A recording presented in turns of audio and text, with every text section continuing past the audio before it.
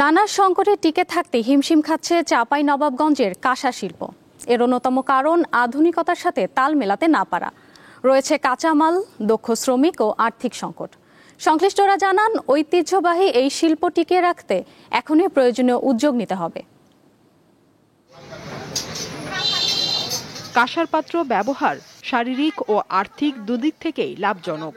American cancer society বলছে, কাঁসার পাত্রে খাবার খেলে হার্ট অ্যাটাক, কোলেস্টেরল ও উচ্চ রক্তচাপের মতো রোগের ঝুঁকি কমে। কাঁসার পাত্রটি তৈরি হয় কি দিয়ে? জিঙ্ক এবং কপারের সংমিশ্রণে কিন্তু এই পাত্রটি তৈরি হয়।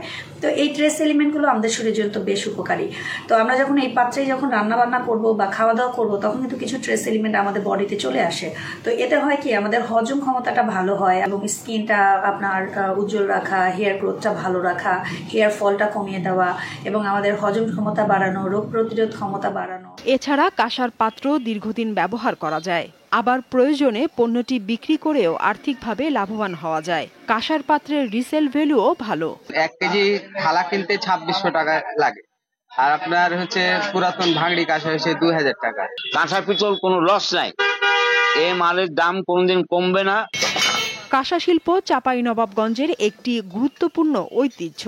জেলার বেশ কয়েকটি গ্রামের মানুষ এই শিল্পের সাথে জড়িত ছিলেন, তবে দিন দিনই তা কমতে শুরু করেছে।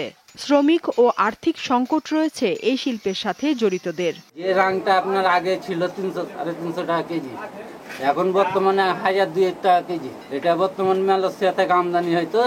ব্যাংক থেকে লোন নিলে আমাদের ইন্টারেস্ট অনেক বেশি, 14-15%। মেলামানি উঠেছে, সিলভার উঠেছে, স্টিল নাচ উঠেছে, এই কারণে ব্যবসাটা মার খেয়ে গেছে।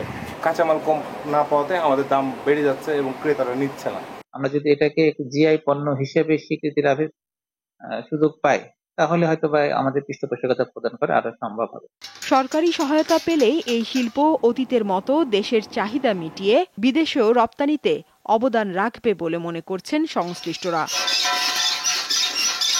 দীপ্ত, বার্তা কক্ষ।